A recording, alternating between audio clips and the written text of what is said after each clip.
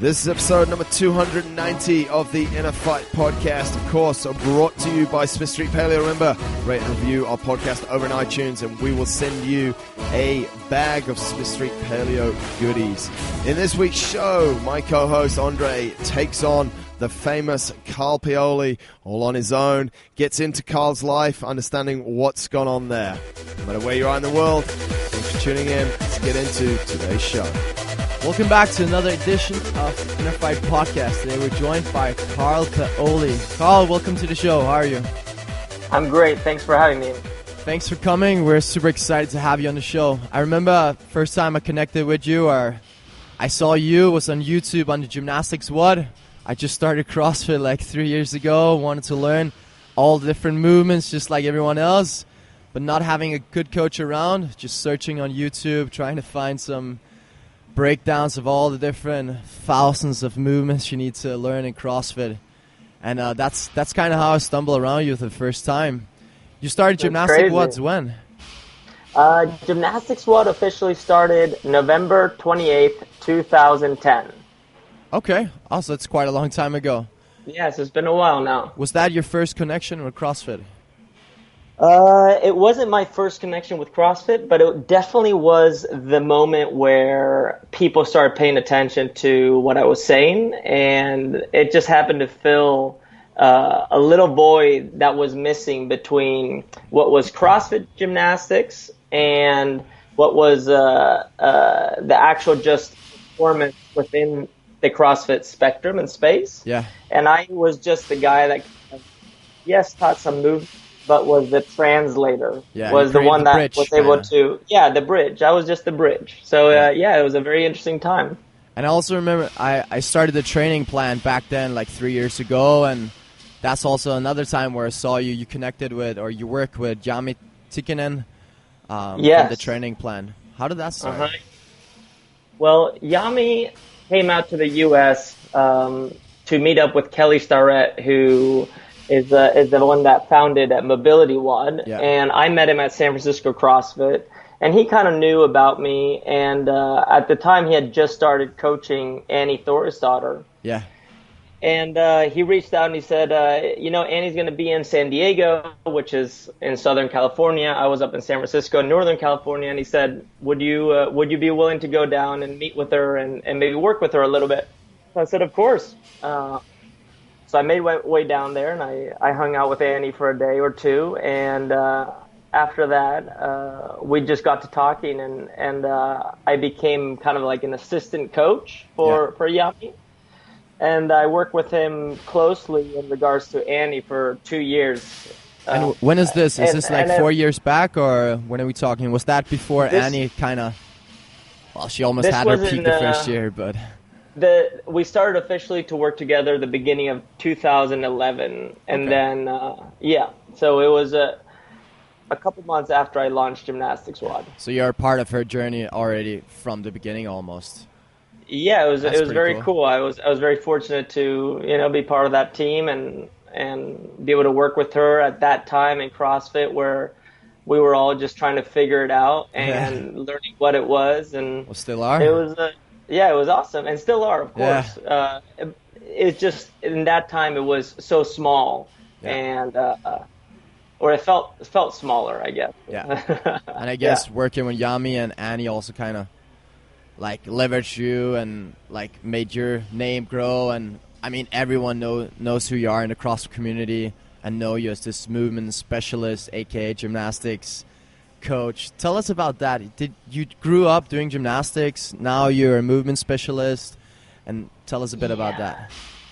Yeah, I grew up doing gymnastics in Spain, and then after I kind of retired in the year 2000, I got into wakeboarding and snowboarding, and I just really liked the action sports scene.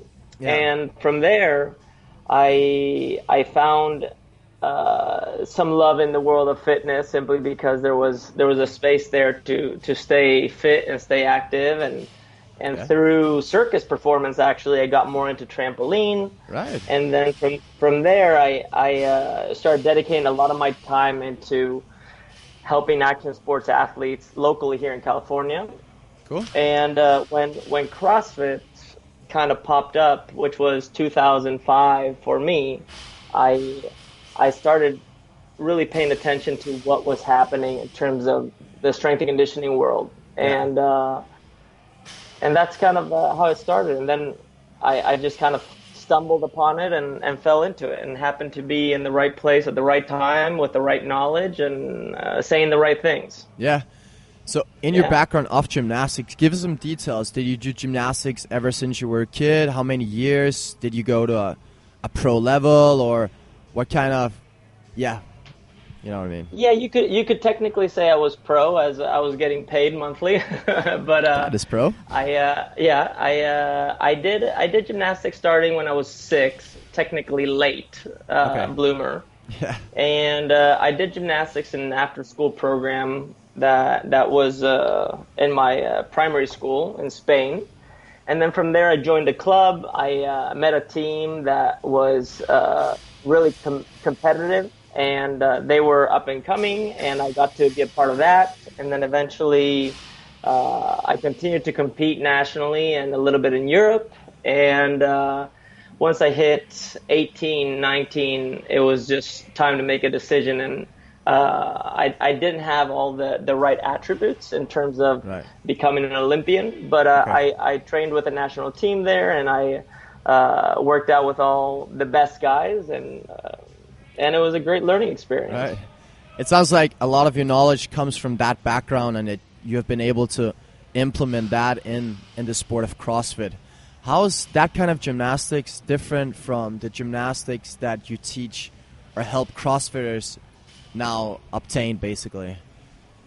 Yeah, the gymnastics that I learned as a kid is technically artistic gymnastics, which is the Olympic sport. And it's very specific, and it has very specific apparatus that you work on with very specific movements that you need to learn, and levels and all of this stuff. Yeah. The gymnastics that we see in CrossFit is way more dedicated to kind of a background of calisthenics or just body weight strength and conditioning. So it's very much the accessory work of the artistic gymnast, so to speak.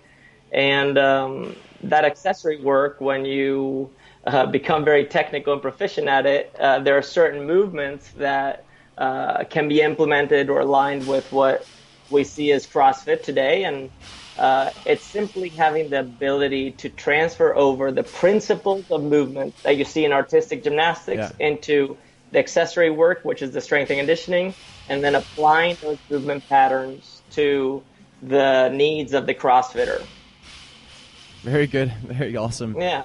So this whole interest for movement started after your career as a gymnast. You moved to the United States. You moved to San Francisco. You meet all these people like Annie Thorisdottir, and you realize there's a hole in the market, or there's need for help in this. Mm-hmm. So going from a gymnast to becoming a movement specialist, what does that cover more than just gymnastics? Is there more to it than teaching people how to do pull-ups and muscle-ups and handstands? Like when you work with clients and you work with athletes, how does that process look? Yeah, it's full disclosure, I currently don't coach anymore, really. I do seminars, and I continue to do a lot of speaking, and I do a lot of speaking engagements. Yeah. But in terms of movement is universal. Movement is not only something that happens in the gym. It's not something that happens in a sport. It's something that happens in life.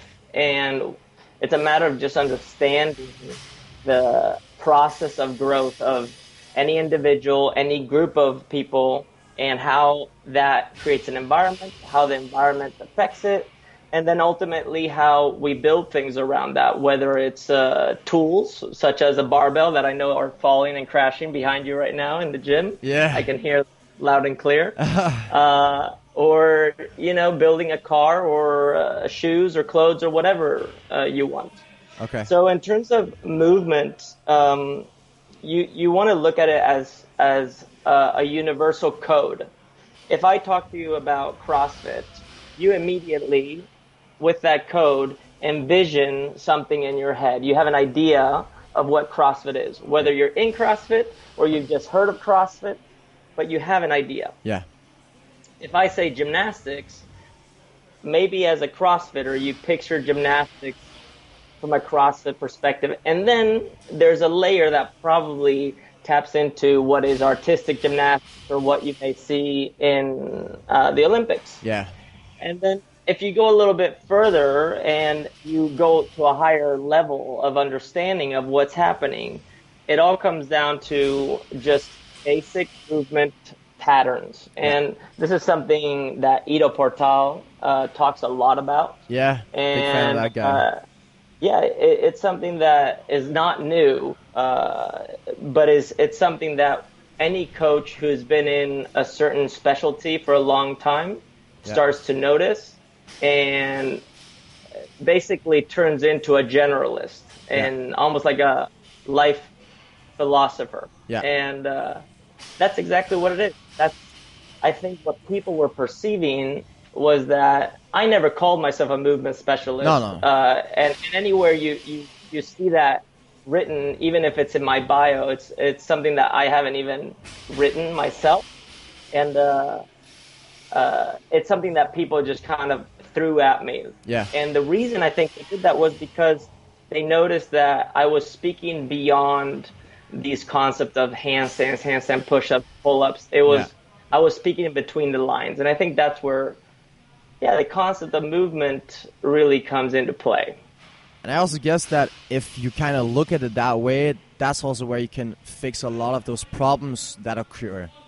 If you only look at movement as only a squat or only as a deadlift, and you don't work all those things in between, then that's kind of where all the problems happen. And I also guess that's why, I mean, your name is so big, and we see a lot of other names like Ido Portal and, for example, Julian Pinot, who now works on just basic movements like pick things up, or just do this and don't think. Just do it and see how the body reacts. And the fact that the theory of there is no wrong movements and you don't always need to tighten up, or like some things just need to be natural. And I guess back to the basics and back to what can I say, functional training, like real functional training. How do you pick up your keys when you drop them? You're not gonna squat down and tighten up. And I guess that's just a really cool and interesting thing. And it may sound cliche or cheesy or whatever, but when you're a coach or someone who really cares about growth in any kind of way, you stop seeing problems. There are no problems. Yeah. Problems don't really exist. What there are is a lot of opportunities and a lot of really good, powerful things that are happening. It's just people choose to not see it. And when I say choose, it's not that we choose. It's simply we've been educated to see problems. We've been educated to see danger and run away from something that is potentially harmful. Yeah. So everyone focuses on how do I fix something rather than realizing how beautiful something is, and how if we focus on what is beautiful, all of that we were scared of actually starts to become very beautiful alongside it. And good point. That's just how I operate when I teach. I don't see anyone as having a problem. Okay. We're okay. And it's a matter of building on that. Work with what you've got. Yeah. In my apartment, we have your book, Freestyle Connection. I haven't had the chance to read it, but my girlfriend has read it, and she briefed me shortly about it because I didn't have time to read it yet. But it's definitely on my list. But she told me it's built up through 4 different movements, like 4 basic movements. Can you talk to us a little bit about that? What it's about and everything? Yeah. Yeah, the 4 basic movements that I talk about in the book are the pistol squat, the handstand push-up, the muscle-up, and the burpee. And full disclosure, I chose those 4 movements because those were 4 movements that people kept on asking me questions about. And I used them as an excuse to talk about what movement is, the principles of movement, what does progression really mean, and how do we apply it into our lifestyle. Yeah. And I teach these techniques as recipes in the book, but the overall goal of the book is for people to read it. And when they read it, if they actually practice the recipes, which are the progressions for the movements, by the time they have practiced those recipes, they will have a certain level and ability to move. Do you think it's a tendency that we don't want to do all those progressions and steps, and we just want to jump straight into that muscle up or pistol instead of just 100% actually learning how to do a very simple movement before that, or the first step? Yeah, it's not cool to do a push-up. No. You know, it's not cool to do a basic squat. It's cool to snatch a lot of weight or clean and jerk a lot of weight. It's cool to do a lot of muscle-ups and handstand push-ups on the rings. That's cool looking. But it's a limiting way of practicing. And all I'm trying to do is give people some insight on complicated concepts in terms of biomechanics and physics applied to the body in the most simple fashion possible. And I think that was my attempt with the book. And I love the book. I'm super proud of the book. I feel like I have 100 more books in me, though. It's awesome. I was just scratching the surface. Okay, cool. Yeah. Well, if you haven't got the Freestyle Connection book yet, you should definitely go get it. Can you tell us where you can get the book? Amazon or your website or? Yeah, currently available on Amazon. That's the best way to get it. You can find it there, and it ships internationally, and it's translated into German right now, Korean, and Spanish coming soon. Okay, Korean. Yeah. Next level. Do you have any other books coming up? You said you have a lot of more books in you. Do you have any that's upcoming at the moment?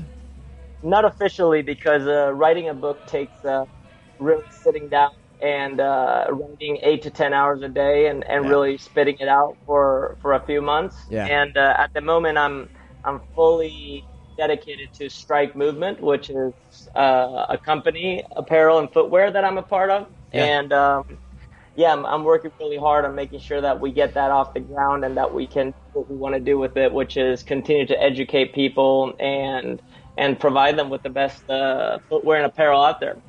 And tell us a bit about that. What kind of footwear and apparel is it? Is it sports or casual, or who are we talking? Yeah, for sure. We're talking about athletics, and it's a very classic aesthetic. And we originally intended it to be for functional fitness and for anyone who cares about moving with the ability of being able to wear them for dinner afterwards and for it to really fit your own style. Yeah. If you just go to Strike Movement or Google Strike Movement, you will find the shoes, and they're kind of minimalist shoes with a style that is very different than your typical Reebok, Nike, Under Armour, Adidas. It's what separates them? We're bringing it back. We're bringing it back. Okay. What separates your shoe compared to theirs? Is it like a flat sole, or does it have a general style that should help your movement or something like that? So our shoe, the big thing about our shoe is that our shoe is supposed to be an extension of your body. And cool. We are not selling people on these gimmicks that most shoes have, for example, a Metcon, a Nike Metcon has a heel clip for handstand push-ups, and we can talk about what that really means. A lot of the shoes have Kevlar now, and they have these little things for specifically for rope climbing. They have limited range of motion in the outsole, so you can lift your weight supposedly, but then it limits you in your running. And what we're trying to do is we're trying to do something that gets out of your way. Yeah. Something that is very simple. It's not gimmicky, and it looks good, forms well, and it challenges you. Do you think that all today now that we have all these shoes wearing all those gimmicks and there's all these things and features, do you think eventually that's going to cause a lot of problems, that will be supporting differently? That's going to affect something in the knee and the hip, and It already is. Yeah. It already is. Yeah. I have nothing but respect for the big companies like Nike and Reebok, especially Reebok, as I worked with them for almost 3 years. Yeah. And they know me and they know how much I appreciate them. But when you're in the business of footwear and apparel, and you get to the point where you grow so big that you're playing the volume game, Yeah. you start sacrificing certain things to make the sales, and that's something that happens everywhere, even within our CrossFit community in terms of fitness, in terms of education. It happens Any business, everywhere. basically. Any business. Yeah. And in terms of these gimmicks, yes, of course they're going to limit you because they are designed around a specific need. For example, the Nike Metcon has the heel clip that is designed to do handstand push-ups the way Dave Castro announced you should be doing handstand push-ups. No with pointing the heel toes. Exactly.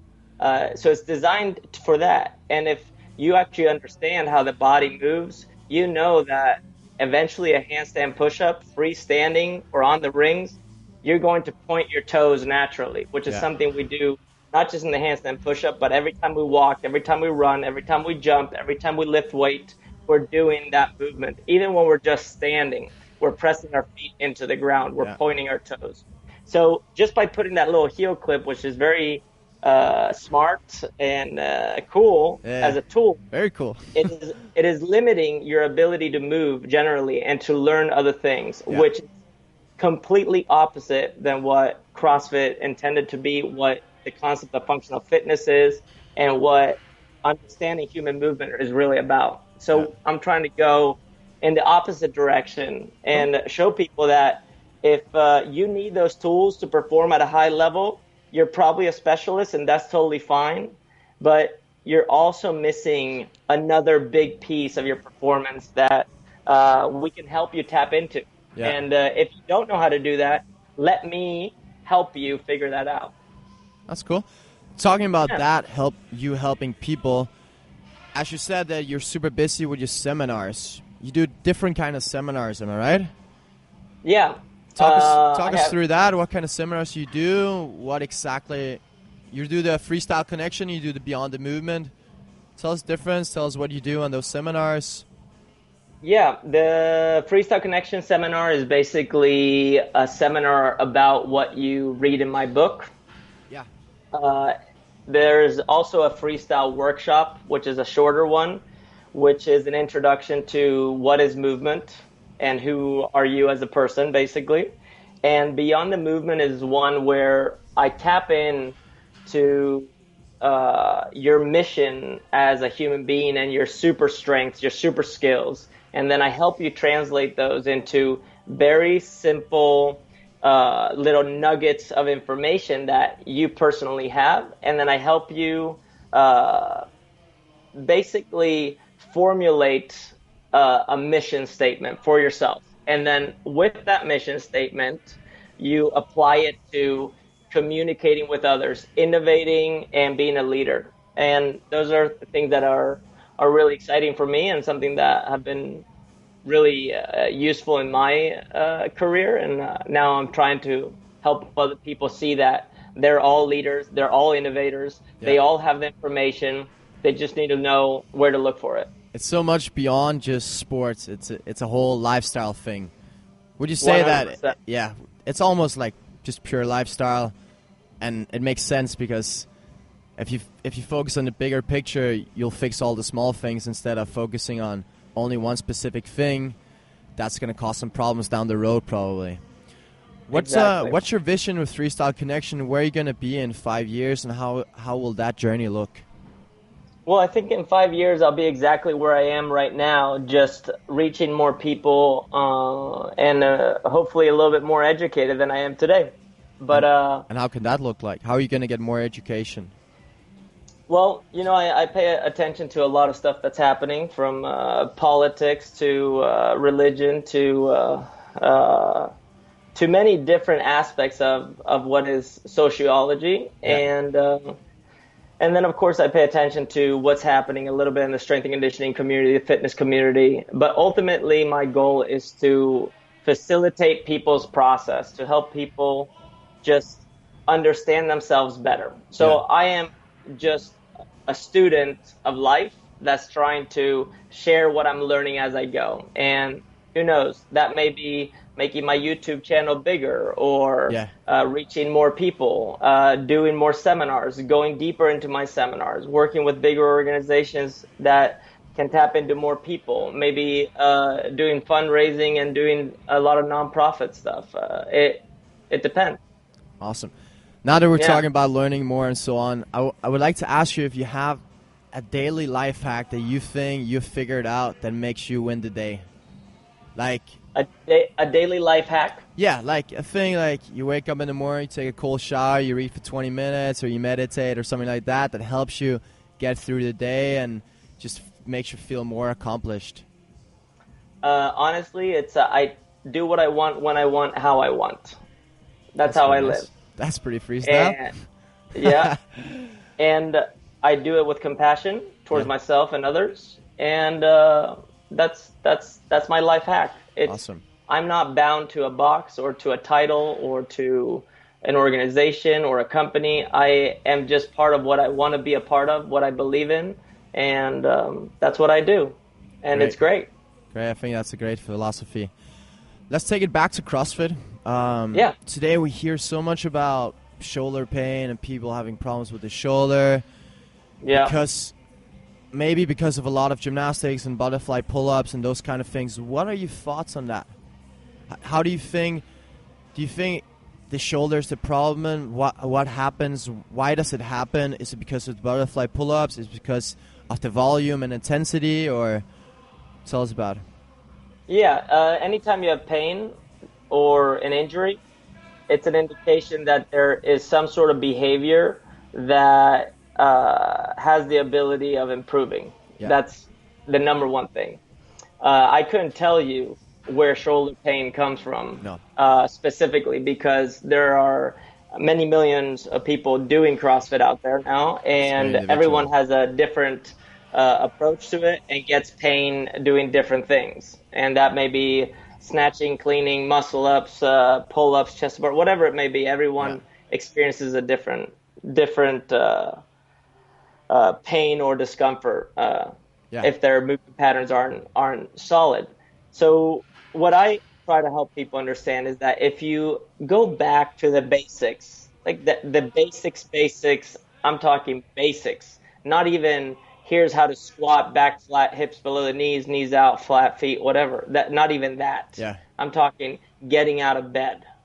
Okay. Yeah. When you go back to the basics and you actually pay attention to how your body moves, that's when you start seeing certain behaviors.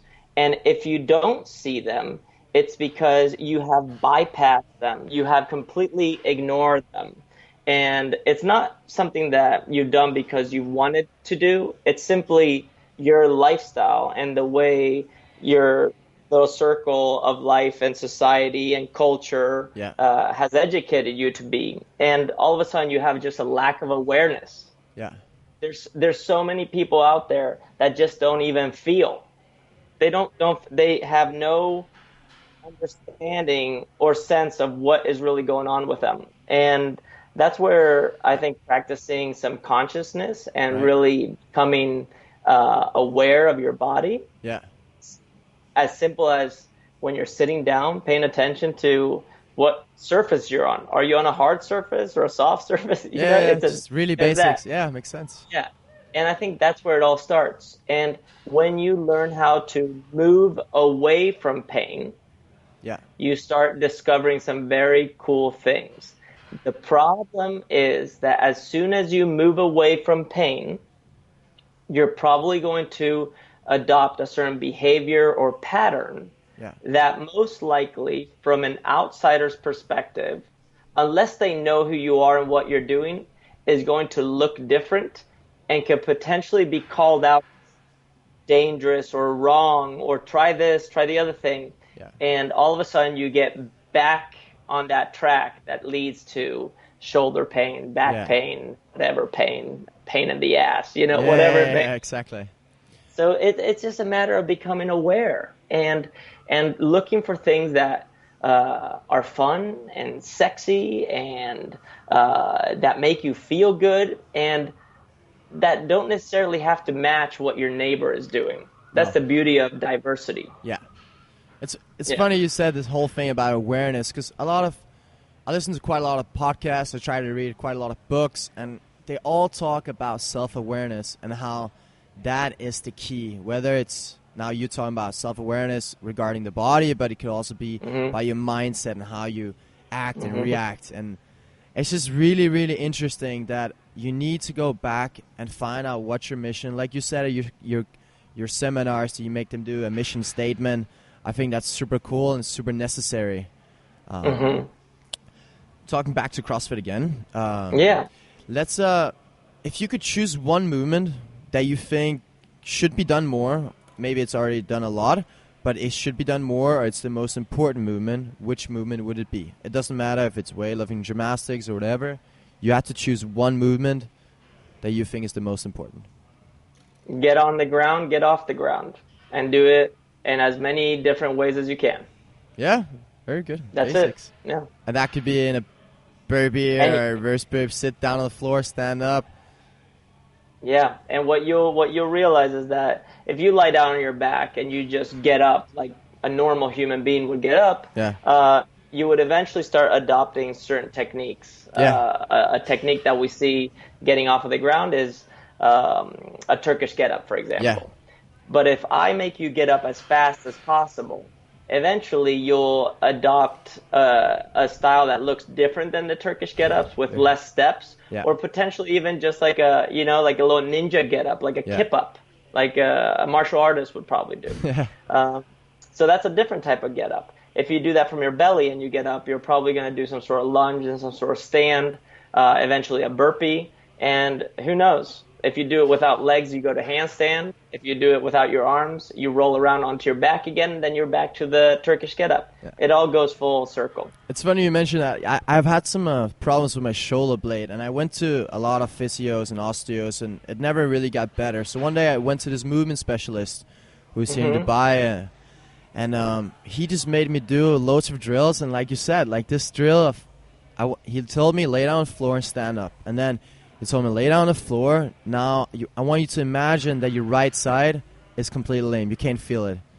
Then I was going to stand up like that. And opposite, and both legs and both arms. And it was quite funny. Like, it was so hard to make my body move, like, in those ways because I'm not used to it.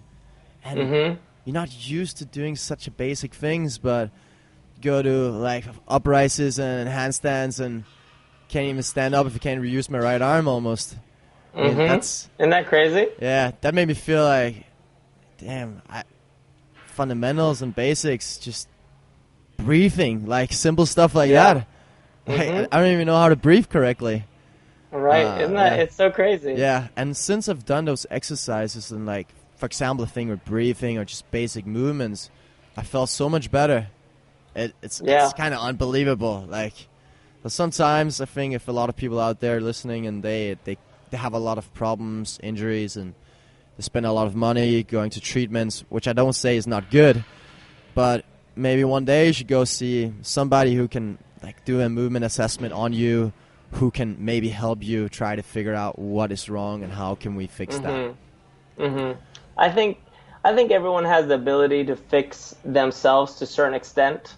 It gets to a point where if you've torn something and maybe it requires surgery, it's time to go to the doctor. It's different. But there's a certain level of healing that we can all do for ourselves, and I think it's a matter of pulling back on certain things or simply carving out the time to explore what you're able to do. And when you do that, you discover a lot of things. And I think that's why I'm talking to you, I guess, because I just took the time to do that. Yeah.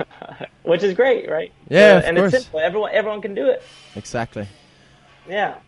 It's really cool that people are becoming more aware of movement, especially now with the increase of, I don't know, injuries, potential injuries, or lack of body awareness. And it seems like this whole Ido Patal movement and everything is really exploding in the fitness community, not even just in CrossFit, but throughout the whole thing. Like, for example, here in InnerFight, we started We got some platform 9 mats. I don't know if you've heard about 3D movements. Yeah, so we'll do different like lunge complex and like reaches and different push-ups and different squats and good mornings and a lot of things that might look super weird, but after becoming more aware of like what is functional movement actually, it's been great. Like started working with that, and it's cool to see how that is increasing in the fitness community. That's awesome. That's awesome. Let's round it up. Let's talk about, we have these final questions that we always ask our guests. Hit me with it. If today was your final day on Earth, what would you do with it? It's kind of a deep question, but you almost answered it by saying what you do 5 years from now. Yeah. You know, I would do it exactly the same way I did it today and yesterday and the day before. I wouldn't change a thing. I would wake up, have some coffee, read some emails, check in with my family, friends. I would do some work. I would probably do a little workout here and there, and I would watch some TV at night maybe, or read something by my wife, and play with my dog a little bit, tell everyone I love them, and go to bed.